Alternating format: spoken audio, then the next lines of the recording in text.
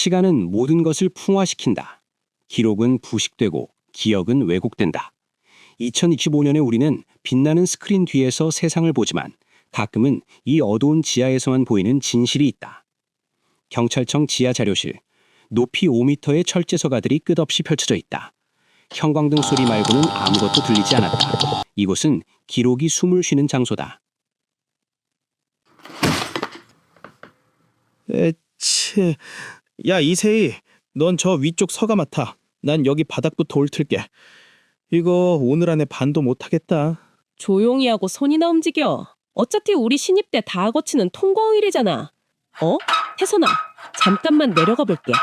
와, 이분 인상 봐. 엄청 무섭게 생기셨는데. 형사가 아니라 조폭이라 그래도 믿겠어. 근데 옆에 이 조교 봐봐. 우리 학교 수정 교수님 젊을 때랑 판박이야. 이름도 수정이라고 적혀 있어. 근데 왜 백호라는 이름은 우리 교과서에 단 한 줄도 없지? 이상하네. 수정 교수님은 전설인데. 일단 읽어보자. 1989년 10월 15일 명동. 갈색 파일 표지에는 삐뚤빼뚤하게 적혀 있었다. 백호 교수 사건 일치 제1번. 80년대 특유의 거친 질감. 그 안에서 떨어진 사진 한 장. 거구의 흰 호랑이 형상을 한 백호가 무서운 기세로 카메라를 응시하고 있었다. 그리고 그 옆 단정한 안경을 쓴 젊은 조교 한 명. 강태산과 이세희는 파일을 펼쳤다. 1989년 10월 15일. 그날로 거슬러 올라갔다.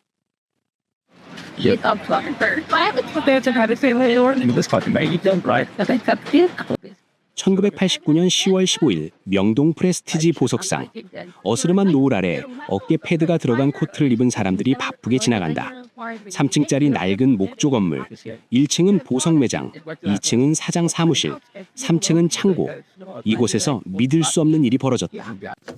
오후 5시. 박광수 사장은 3캐럿짜리 다이아몬드를 손에 들고 있었다. 벨벳천에 정성스럽게 닦는다. 완벽해. 사장은 다이아를 금고에 넣었다. 육중한 금고문이 닫힌다. 열쇠는 단 하나뿐. 사장의 주머니 속으로 들어갔다. 사장님, 먼저 가보겠습니다. 수고했어요. 직원은 퇴근했다. 보석상 문은 잠겼다. 사장은 2층으로 올라가 문을 잠갔다. 3시간이 흘렀다. 밤 8시.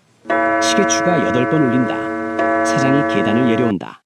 주머니에서 열쇠를 꺼낸다. 금고를 연다. 텅 빈 금고 내부. 다이아몬드가 놓여있던 자리에 정적만이 흐른다. 금고는 그대로였다. 적어도 우리의 귀와 눈이 아는 한에서는. 어떡해. 다이아가 없어. 문도 안 열렸는데 열쇠도 여기 있는데. 완벽한 밀실. 창문은 없었다. 출입문은 안에서 잠겨 있었다. 열쇠는 사장 주머니에. 3억 원짜리 다이아몬드가 증발했다. 그날 밤 서울대 지하연구실. 어둠 속에 수만 권의 책들이 성벽처럼 쌓여 있다. 검은색 다이형 전화기.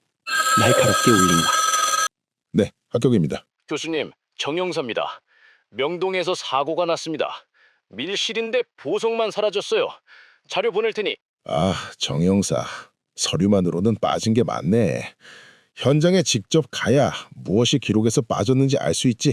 현장 보존하게. 지금 바로 출발하겠네. 교수님, 자동차 시동 걸어놨습니다.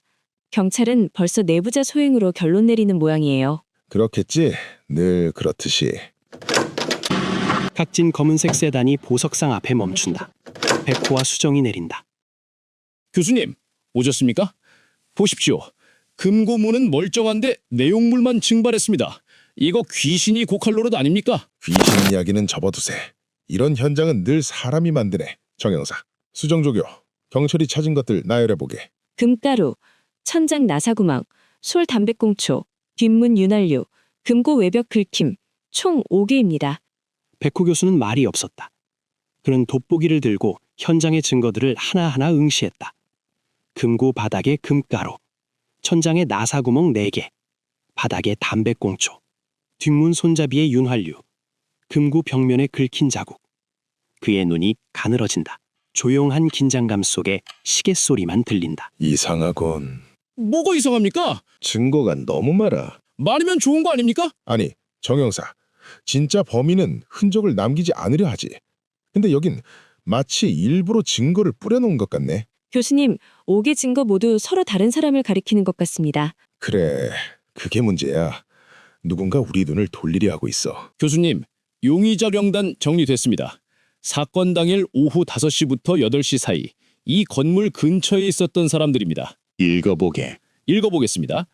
첫째, 직원 짐철수 40대 오후 5시 10분 퇴근. 둘째, 단골 고객 정미란 30대 오후 4시 50분 방문 5시쯤 퇴장. 셋째, 청소부 이수진 20대 확인 필요. 넷째, 옆 가게 주인 박영호 50대 오후 6시 잠깐 방문. 다섯째, 경비 최민수 30대 오후 7시 순찰. 5인이군. 아니, 6명이야. 6명이요? 사장님도 용의자니까. 뭐라고요? 제가 왜 용의자입니까? 보험 사기 가능성 배제할 수 없네.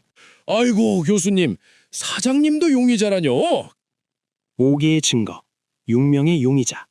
백호는 하나씩 지워나가기 시작했다. 반장님, 직원 김철수 도박 빚이 수천만 원이랍니다. 이거 냄새가 확 나는데요. 그럼 그렇지. 교수님, 이거 딱답 나오네요. 압수수색 영장 바로 신청하겠습니다.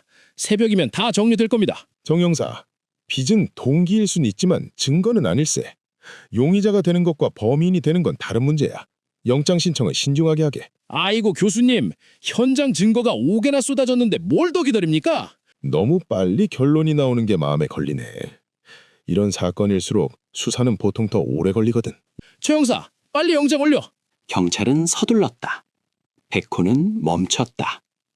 누군가는 앞으로 뛰어가고 누군가는 뒤를 돌아본다. 진실은 늘 그 사이 어딘가에 있었다. 새벽 5시, 영장이 발부됐다. 경찰차 여러 대가 김철수의 집 앞에 멈춘다. 여기에 압수수색 영장이 있습니다. 집행하겠습니다. 뭐예요? 침대 밑죠. 가방 있습니다. 가방 안, 빼곡히 쌓인 만원권 다발. 찾았다. 1,000만 원, 5천, 1억, 2억. 전 몰라요. 그 돈 제 거 아니에요. 야 김철수, 이거 누구 거야? 모릅니다. 어제 퇴근하고 왔더니 집에 있었어요. 거짓말 그만해. 당신을 절도 혐의로 긴급 체포한다. 전 안 했어요, 정말. 경찰은 환호했다. 완벽한 동기와 확실한 물증. 김철수는 유치장에 갇혔고 검찰 송치까지 남은 시간은 단 24시간. 하지만 백호는 그 시각 텅 빈 보석상으로 돌아가 다시 바닥을 훑고 있었다. 새벽 4시 백호와 수정이 단둘이 남은 보석상. 백호가 금고 주변 바닥에 무릎을 꿇고 앉아있다. 백호는 있는 것이 아니라 있어야 할 것을 찾고 있었다. 이건 금고 옆면에 미세한 0.5mm 긁힘. 그 틈새에 낀 푸른색 가루가 조명에 아주 살짝 반사된다. 교수님, 무엇입니까? 푸른 색가루야. 금고와는 전혀 관계없는. 그리고 이 금속가루를 보게. 경찰이 찾은 이 금속가루. 세공용이라기엔 입자가 너무 고르고 차가워. 이건 금이 아니라 기계장치를 매끄럽게 돌리기 위한 황동가루일 가능성이 높네. 여긴 보석상인데요? 여길 보게. 이 나사는 장식용이 아니라 무언가를 지탱하는 축이야. 그리고 마땅히 현장에 있어야 할 공기의 무게가 달라져 있어. 공기의 무게? 누군가 무대를 통째로 바꾼 흔적이지. 교수님, 경찰이 김 과장을 체포했다고 삐삐가 왔습니다. 집에서 신권 2억이 나왔다는데 이제 철수할까요? 아직 정리되지 않은 게 많네. 이 가루가 뭔지부터 확인해야겠어. 수정조교, 정형사에게 전해. 내일 아침 송치 직전에 보석성으로 모두 모으라고. 이 푸른 흔적이 우리가 생각한 이야기랑 맞는지부터 봐야겠네. 현재 태산아, 여기 백호 교수 메모 봐. 보이는 것은 거짓이나 남겨진 가루는 진실을 말한다 라고 적혀 있어. 기록은 멈춰 있었지만 질문은 거기서 시작되고 있었다. 야, 여기서 끊기면 어떡해. 황동가루는 뭐고 푸른 건 또 뭐야. 범인은 이미 잡혔다는데 백호 교수는 혼자 다른 소리를 하고 있잖아. 혜산아, 이건 백호 교수가 경찰의 결론을 아직 믿지 않았다는 기록이야. 증거가 완벽해서가 아니라 설명되지 않은 게 남아있어서. 설명되지 않은 게? 응, 푸른 조각과 고운 황동가루. 그건 답이 아니라 질문이었어. 누군가 급하게 꾸며놓은 무대의 일부. 백호 교수가 발견한 푸른 조각과 고운 황동가루. 그것은 단순한 먼지가 아니었다. 범인이 설계한 거대한 기만극의 톱니바퀴에서 떨어져 나온 조각. 그것들은 답이 아니라 질문이었다. 우리는 아직 첫 번째 상자만 열었을 뿐이다. 야, 다음 상자 있어. 빨리 읽자. 제2화라고 적혀 있어. 5개의 문, 5개의 거짓말. 강태산과 이세희는 다음 상자를 열었다. 1989년 10월 16일. 사건은 이제 막 시작되고 있었다. 명동경찰서 유치장 복도. 오전 8시. 창살 틈으로 들어오는 아침 햇살에 먼지가 희게 부서진다. 복도 끝에서는 낡은 라디에이터가 규칙적으로 팅, 팅 소리를 내며 예열되고 있다. 김 과장은 유치장 구석 곰팡이 핀 벽에 머리를 기대고 초점 없는 눈으로 바닥을 응시한다. 그의 셔츠 깃은 땀과 얼룩으로 뒤범벅되어 있고 구두 한쪽은 벗겨져 나뒹굴고 있다.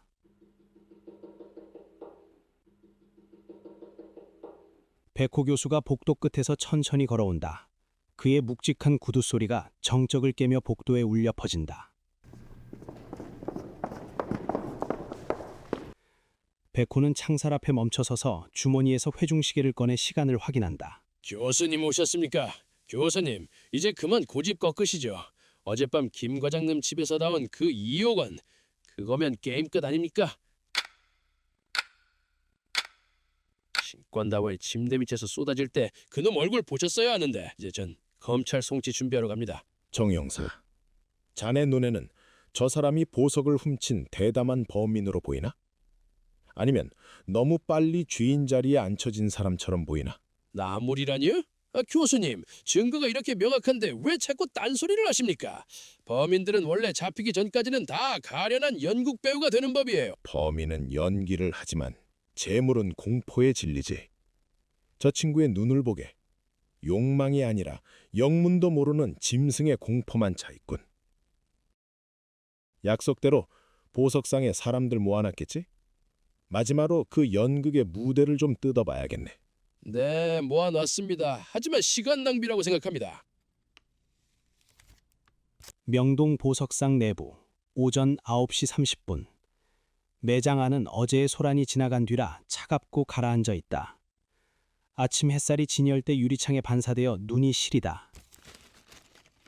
매장 구석에는 금세공사 이 씨와 경비원 최 씨가 서로 시선을 피한 채 서 있고 박 사장은 카운터 뒤에서 초조하게 손톱을 물어뜯고 있다. 수정조교는 매장 중앙에 테이블을 세팅하고 어제 수거한 증거물들을 증거봉투에 담아 나열하고 있다. 백호 교수가 매장 안으로 들어서자 사람들의 시선이 쏠린다. 백호는 대답 대신 소매를 천천히 걷어올리며 진열대를 훑는다. 이 금가루부터 보자. 백호가 핀셋으로 금가루 봉투 안에 입자 하나를 집어올린다. 조명을 받은 가루가 지나치게 각진 형태로 반짝인다. 이건 금이 아니야. 입자가 너무 고르고 날카로워. 마치 기계의 심장이 갈려나간 흔적 같군. 교수님, 제발 믿어주십시오. 제가 10년을 여기서 일했습니다. 제가 만약 보석을 훔칠 작정이었다면 제 흔적이 뻔히 남는 줄지를 금고에 했겠습니까? 그리고 저것 좀 보십시오. 저건 줄질로 나온 가루가 아닙니다. 입자가 너무 일정해요. 마치 누가 일부러 조미료 뿌리듯 툭툭 뿌려놓은 것 같단 말입니다. 세공사의 목소리엔 억울함보다 기이함이 서려 있었다. 백호 교수가 말없이 응시하던 저 가루의 정체는 무엇이었을까? 기록 속의 가루는 금이라기엔 너무나 날카로운 빛을 내고 있었다. 교수님, 이 씨가 말한 알리바이를 어제 재확인했습니다. 사건 당일 오후 6시부터 8시까지 그는 건너편 명동다방에서 배달원과 함께 쌍화차를 마시고 있었습니다. 배달원이 시간을 정확히 기억한다고? 네, 이 씨가 유별나게 쌍화차에 설탕을 많이 넣어서 배달원이 기억하고 있었습니다. 그렇군. 금속가루라는 이 가루 하나만으로 사건을 설명하려 들면 우리나마 잘못된 문으로 들어가게 될 걸세. 그럼 두 번째 문으로 가볼까? 최 씨, 자네가 관리하던 천장의 나사구멍 말일세. 태산아, 봐. 세공사의 말대로야. 사진 속 가루는 우리가 흔히 아는 금가루보다 훨씬 날카로운 형태를 띠고 있네. 첫 번째 문이 열렸어. 금가루는 거짓 증거였던 거야. 매장 천장 한 구석, 낡은 텍스판 사이로 지름 5mm 남짓한 구멍이 뚫려 있다. 구멍 주위에는 하얀 석고가루가 미세하게 묻어 있고 그 바로 아래 바닥에는 경비원 최 씨가 낡은 가죽 장갑을 꽉 쥔 채 서 있다.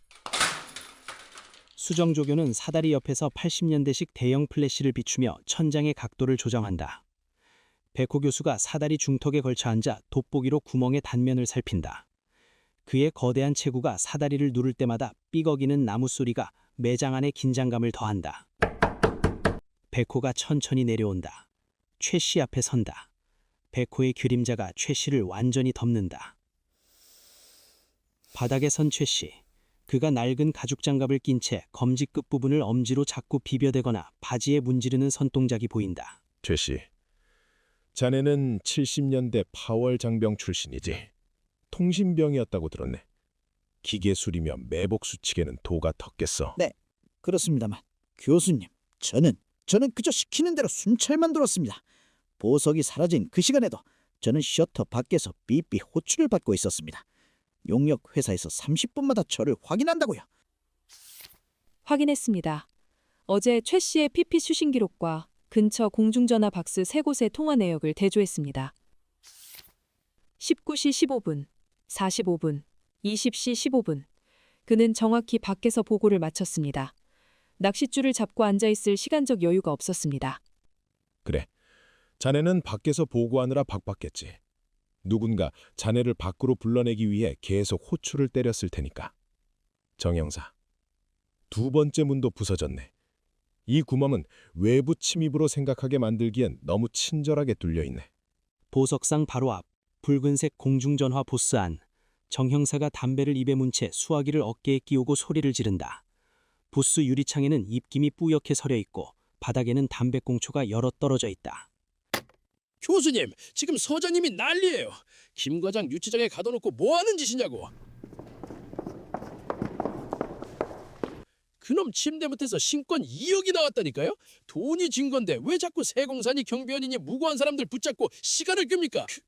정 형사, 그 돈이 신권이라는 게 이상하지 않나? 3억 가치의 다이아를 훔쳐서 어제 바로 2억의 현금으로 바꿨다? 그것도 1년 번호가 찍힌 빳빳한 신권으로? 장무라비가 자선사업가라도 된단 말이냐? 그거 수사해보면 나오겠죠. 수정조교, 아직 확인한 증거가 3개 남았지. 담배꽁초, 윤활유, 긁힌 자국. 그리고 아직 이 사건에서 제대로 확인하지 않은 사람이 한 명 더 있네. 네, 교수님. 사건 당일 오전까지 일하다가 갑자기 몸이 아프다며 조퇴한 3번째 직원입니다. 경찰 리스트에는 단순 질병으로 제외되어 있더군요. 보석상 뒷마당, 낡은 시멘트 바닥에 빗물 고인 웅덩이가 군데군데 있다. 그 구석, 쓰레기 더미 옆에 축축하게 젖은 솔 담배꽁초 하나가 증거 깃벌 아래 놓여 있다. 백호는 무릎을 굽히고 앉아 그 꽁초를 유심히 관찰한다. 백호가 장갑 낀 손으로 담배꽁초의 필터 부분을 살짝 누른다. 필터에서 탁한 물기가 배어나온다. 수정조교, 이 담배는 피우다 버린 게 아니야. 안쪽까지 젖어 있어.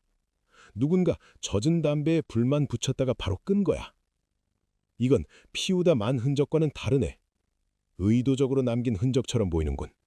교수님, 여기 뒷문 경첩에서 푸른색 페인트 조각이 나왔습니다. 아직 굳지 않았습니다. 어제 칠해진 게 확실합니다. 처음 봤던 그 푸른 가루와 같은 거군. 교수님, 큰일 났습니다. 방금 조퇴했다는 그 직원 집을 찾아갔는데 그놈 어제 오후에 조퇴한 게 아닙니다. 이미 이틀 전부터 행방불명이었대요. 뭐라고? 그럼 어제 사장에게 몸이 아프다고 전화하고 조퇴 승인을 받은 그 사람은 누구란 말인가? 태산아, 이거 봐. 현장 사진 14번. 어디? 사진 속 사장의 표정. 그것은 보석을 잃어버린 사람의 얼굴이 아니었다. 와, 금고 옆면에 백호 교수님이 찍혔는데 잠깐, 뒤에 한 명 더 있어. 어? 이거 뭐야? 사진 속에 백호 교수님 말고 뒤에 한 명 더 있어. 근데 형사가 아니야. 이 사람 보석상 사장 아니야? 왜 저기서 웃고 있어? 이 사람 보석상 사장 아니야? 왜 저기서 웃고 있어? 태산아, 여기 봐. 사장이 작년에 금고 수리하면서 기계용 황동 윤활가루를 대량으로 샀다는 영수증이 있어. 에서 봤던 그 이상한 금속가루, 사실은 이 기계장치용이었던 게 확실해. 그리고 여기 지하창고 수색 사진인데 구석에 구두 한 짝이 보여. 김 과장의 잃어버린 구두랑 같은 거 같은데? 그럼 범인이 김 과장의 구두를 가져다가 지하 창고에 버려뒀다는 거야? 김 과장을 확실히 범인으로 만들기 위해서. 맞아. 완벽한 함정이었어. 세 개의 문이 열렸다.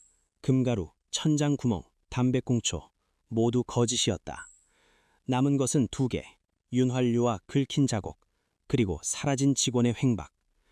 백호 교수는 이제 막 진실의 문 앞에 서 있었다. 백호 교수가 발견한 것은 5개의 거짓 증거였다. 하지만 진짜 증거는 아직 드러나지 않았다. 푸른 페인트 조각, 고운 황동가루, 그리고 사라진 직원. 이 모든 것이 가리키는 진실은 무엇일까? 백호 교수는 이제 막 이 사건이 단순한 절도가 아닐 수도 있다는 불편한 가능성 앞에 서 있었을 뿐이다. 태산아, 3편 찾았어. 겹쳐진 방과 사라진 그림자라고 적혀 있어. 빨리 1989년 10월 16일 오후 명동 보석상 내벽 앞 백호 교수가 가리킨 대형 거울 뒤편엔 낡은 격지를 뜯어내자 그 안에서 정교하게 짜인 목조 프레임과 금속 톱니바퀴 일부가 드러난다. 매장 안은 기름 냄새와 눅눅한 나무먼지 냄새가 가득하다. 정 형사는 믿기지 않는 듯 자신의 권총집을 만작거리며 벽면을 멍하니 바라본다. 이게 뭡니까? 벽 안에 기계가? 이 실크 조각을 보게. 아, 그래. 그리고 이 푸른색 페인트. 회전축에 칠해진 방충 페인트가 마찰로 인해 가루가 되어 실크 조각에 묻어 있어. 교수님, 벽 너머에 또 다른 공간이 있습니다. 수정조교가 손전등으로 벽 너머의 어두운 공간을 비춘다. 그곳에는 우리가 서 있는 매장과 똑같은 구조의 또 다른 작은 방이 존재한다. 저게 뭡니까? 정 형사, 우리는 범인이 금고를 열었다고 생각했지. 아니야. 범인은 금고를 바꿨어. 이 회전벽을 이용해 보석이 든 진짜 금고를 벽 너머로 돌리고 빈 금고가 있는 가짜 벽을 우리 앞에 내놓은 거지. 그럼 사장님은요? 사장님이 어제 보석을 넣는 걸 제가 직접 봤는데요. 그럼 사장이 본 것도 가짜일 가능성이 높네. 수정조교, 어제 사장이 사용했다는 그 금고의 일련 번호를 다시 확인하게. 분명 우리가 지금 보고 있는 것과 다를 걸세. 확인하겠습니다. 범인이 설계한 것은 트릭이 아니었다. 그것은 공간 그 자체를 뒤트는 마술이었다. 보석상 지하 창고로 내려가는 계단, 좁고 가파른 나무 계단, 밟을 때마다 끼익 소리가 날카롭게 울린다. 벽면에는 곰팡이가 쓸어있고 희미한 백열등 하나가 깜빡이며 공포감을 조성한다.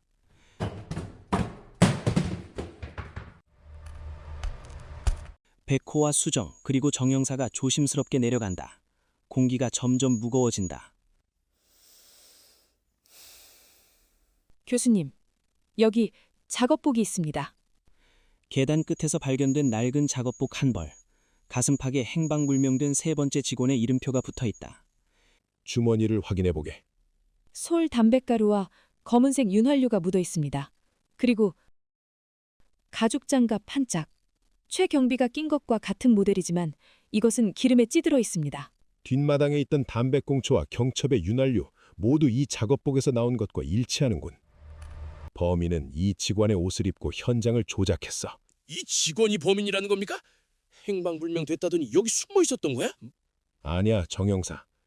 옷만 여기 있다는 건 주인은 이미 이 옷을 입을 수 없다는 뜻이지. 저 안쪽에서 나는 냄새가 느껴지나? 무슨 냄새가? 지하 깊숙한 곳에서 차갑고 무거운 냄새가 퍼져나온다. 죽음의 냄새. 태산아, 이거 들어봐. 사장 목소리가 너무 태연해.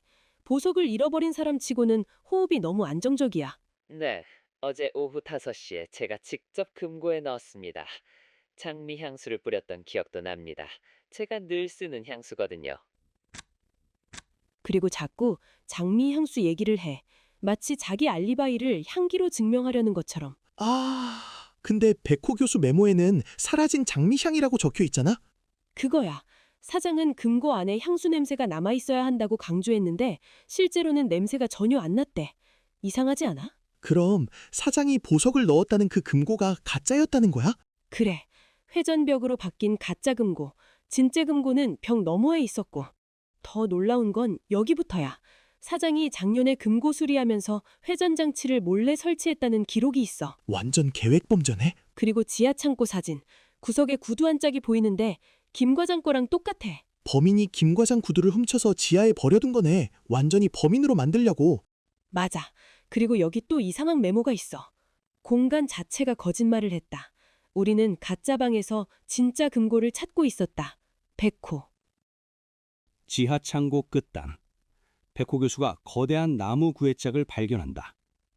구애짝 틈새로 검은 액체가 흘러나와 굳어있다. 정형사, 괴짝을 열어보게. 네, 네. 정행사가 조심스럽게 구애짝 뚜껑을 연다. 모두의 표정이 굳어진다. 이럴 수가. 괴짝 안. 차갑게 굳어버린 진실. 행방불명됐던 세 번째 직원의 시신이 웅크린 채로 발견된다. 이런 구조라면 무대 뒤편은 늘 가장 끔찍하지. 교수님, 바닥에 긁힌 자국이 있습니다. 금고 옆면에서 보았던 것과 똑같은. 그래, 이 괴짝을 끌고 온 흔적이지.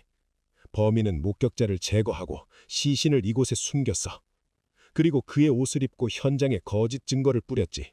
교수님, 그럼 이건 단순 절도가 아니라 살인 사건이야. 그리고 범인은 처음부터 이 모든 걸 계획했지. 정형사, 이제 사장을 불러오게.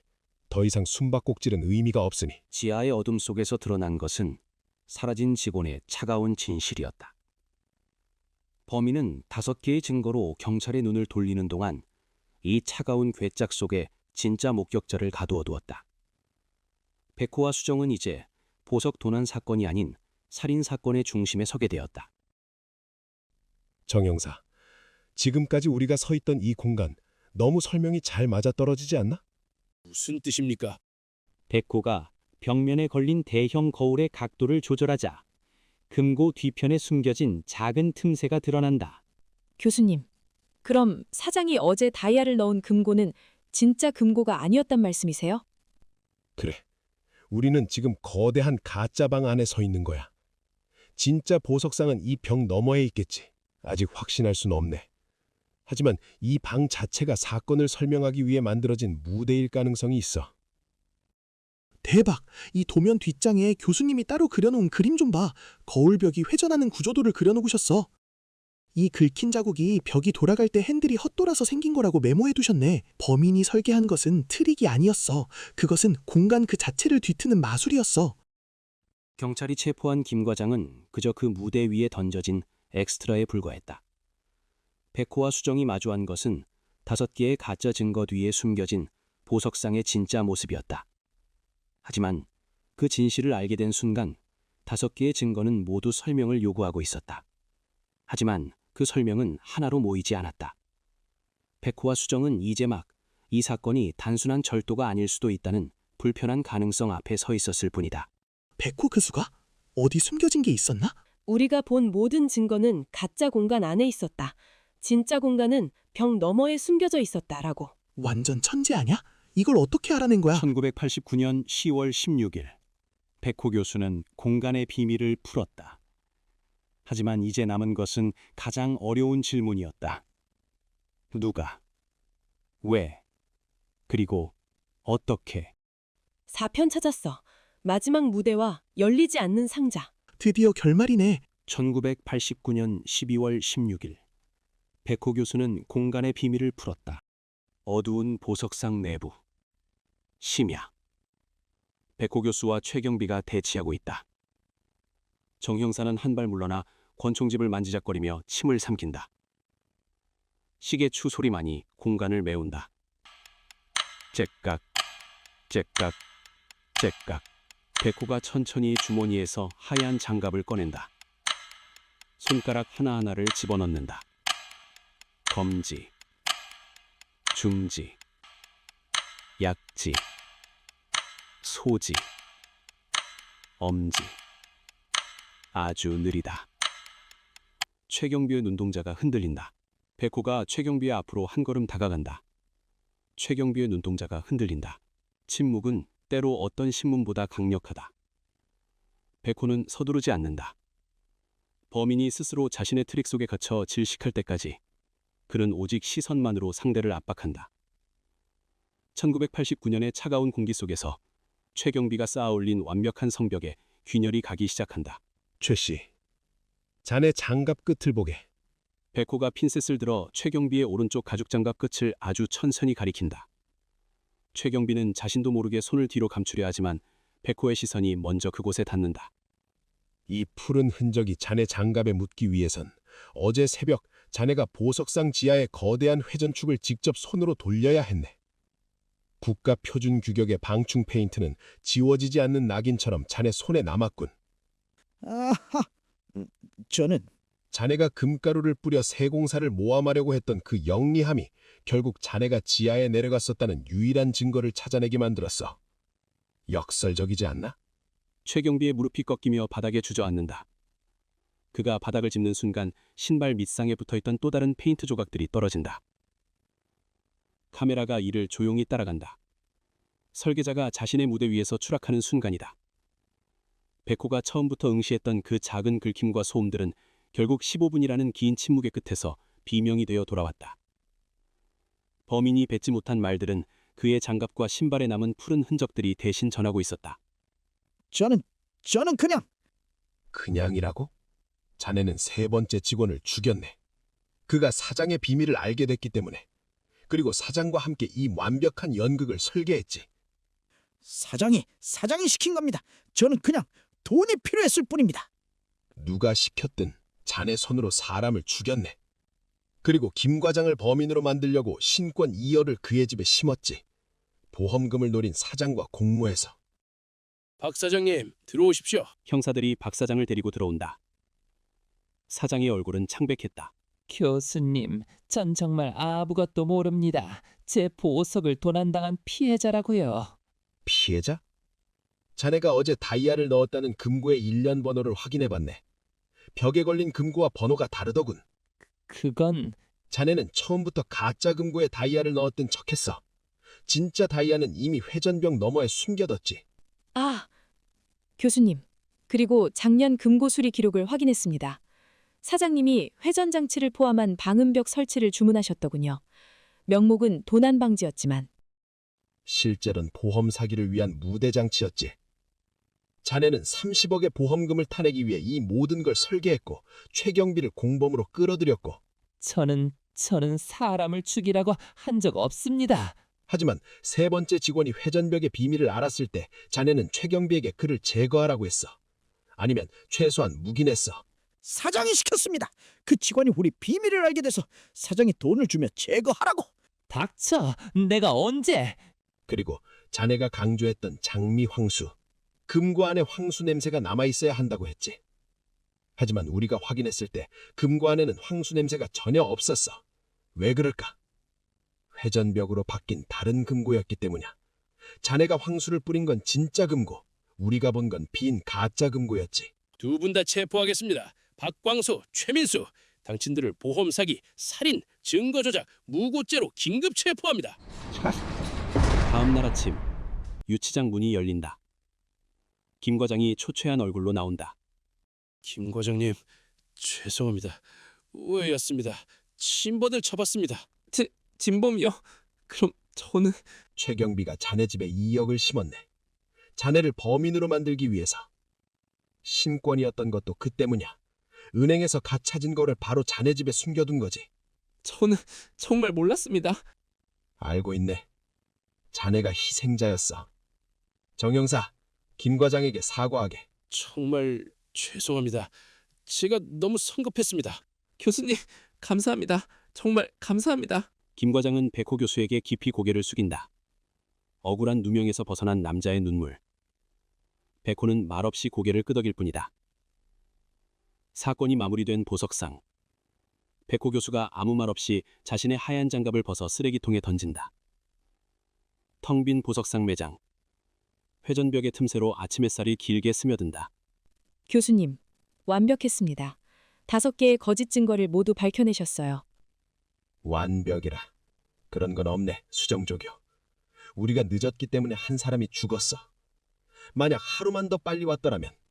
하지만 최소한 김 과장은 구하셨지 않습니까? 수정조교, 오늘 본 것을 잊지 말게. 때로는 눈에 보이는 증거보다 그 증거를 만든 자의 조급함이 더 많은 것을 말하니까. 정 형사는 범인을 잡았다고 환호하겠지. 하지만 우리는 하나를 기억해야 해. 진실은 늘 보이는 것 너머에 있다는 걸. 네, 교수님. 명심하겠습니다. 2025년 자료실. 이세희가 서류의 마지막 장을 넘긴다. 백호의 이름 위에 그어진 검은색 출자급. 태산아, 여기 봐. 백호 교수님 이름이 지워져 있어. 아, 왜? 사건을 해결했는데? 공식 보고서에는 수정 조교만 남아 있어. 백호 교수님은 완전히 지워졌어. 이상하다. 범인도 잡고 김 과장도 구했는데 왜 백호 교수님은 기록에서 지워진 거지? 모르겠어. 하지만 여기 메모가 하나 더 있어. 뭐라고 쓰여 있어? 진실을 말한 자는 기록에 남지 못한다. 하지만 거짓을 밝힌 흔적은 영원히 남는다. 백호. 명동 보석상 사건의 기록은 여기서 끝난다. 최경빈은 체포되었고 보석은 회수되었다. 수사 결과는 완벽했다. 하지만 이상한 점은 그 뒤에 있었다. 사건을 해결한 백호라는 이름은 공식 문서 어디에도 남지 않았다. 누군가 의도적으로 그의 흔적을 도려낸 것처럼 보고서의 마지막 장은 칼로 그은 듯한 공백만이 남겨져 있었다. 이세희, 다음 상자 있어? 응. 8902. 여기 라벨에 뭔가 적혀 있어. 뭐라고? 그리고 백호 교수의 다음 사건. 다음 사건? 하나의 문이 닫히면 필연적으로 다음 문이 열린다. 우리가 찾아낸 것은 과거의 기록이 아니라 아직 끝나지 않은 현재의 신호일지도 모른다. 8902 상자. 그 안에는 명동의 소음보다 더 짙은 침묵이 우리를 기다리고 있었다. 태산아, 이거 봐. 다음 사건 제목. 백호 교수가 해결한 수많은 사건들. 하지만 그 어떤 기록에도 그의 이름은 남아있지 않았다. 왜일까? 그가 밝혀낸 진실이 너무 불편했던 걸까? 아니면 그가 마주한 마지막 사건이 그를 역사에서 지워버렸을까? 계속 읽어야 할 것 같아. 이건 이제 읽어봐야지. 그래, 우리가 끝까지 읽어줘야지. 백호 교수님을 위해서라도. 1989년의 진실이 2025년에 우리를 부른다. 백호 교수는 왜 잊혀졌을까? 그가 마주한 마지막 사건은 무엇이었을까? 기록은 계속된다. 끝나지 않은 이야기, 잊혀진 영웅의 기록. 우리는 계속해서 상자를 열 것이다. 진실이 밝혀질 때까지.